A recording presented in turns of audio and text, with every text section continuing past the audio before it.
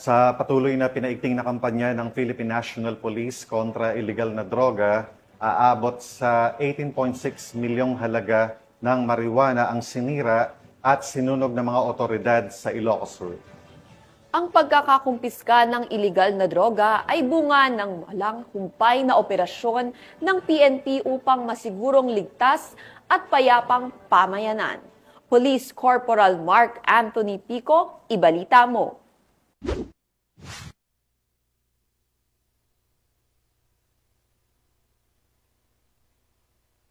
Umabot sa mahigit 18.6 milyon halaga ng marijuana ang tuluyang nasira at sinunog sa loob ng 4 na magkakasunod na araw ng operasyon na isinagawa ng Police Regional Office 1, katuwang ang Philippine Drug Enforcement Agency Regional Office 1 sa mga kabundukan ng Sugpon, Ilocos Sur at Santol, La Union. Sa kabuuan, 92,225 fully grown marijuana plants at 5,080 seedlings ang nabunot at sinunog batay sa Dangerous Drugs Board valuation na nagkakahalaga ng 18,648,200 pesos. Sinimulan ang malawakang marijuana eradication operations sa unang araw sa Barangay Likungan, Sugpon, Ilocos Sur at Sitio Manaba, Barangay Tabaday, Santol, La Union. Sa Sugpon, 5 taniman ang nadiskubre kung saan 18,500 fully grown marijuana plants at 1,250 seedlings na nagkakahalaga ng 3.75 milyon ang winasak.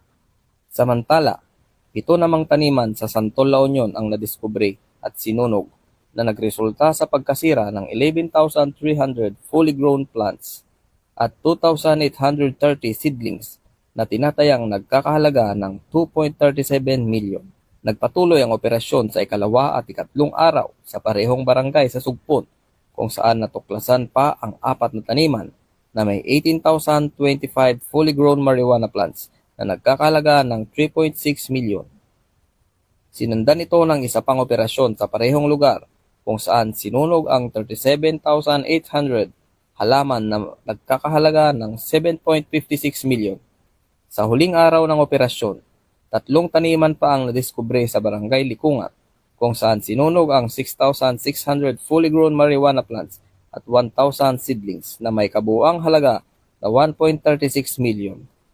Bagamat walang naaresto sa 5 magkakasunod na operasyon, binigyang diin ng PRO1 ang pangunahing layunin ng kanilang pagkilos ay ang tuluyang pagsira sa pinagmumulan ng iligal na droga upang hindi na ito makarating pa sa pamilihan.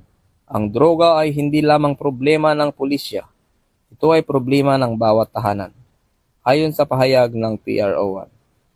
Ang pagkasira ng 18.6 milyon halaga ng marijuana ay malaking tagumpay, ngunit kailangan namin ang patuloy na suporta ng komunidad.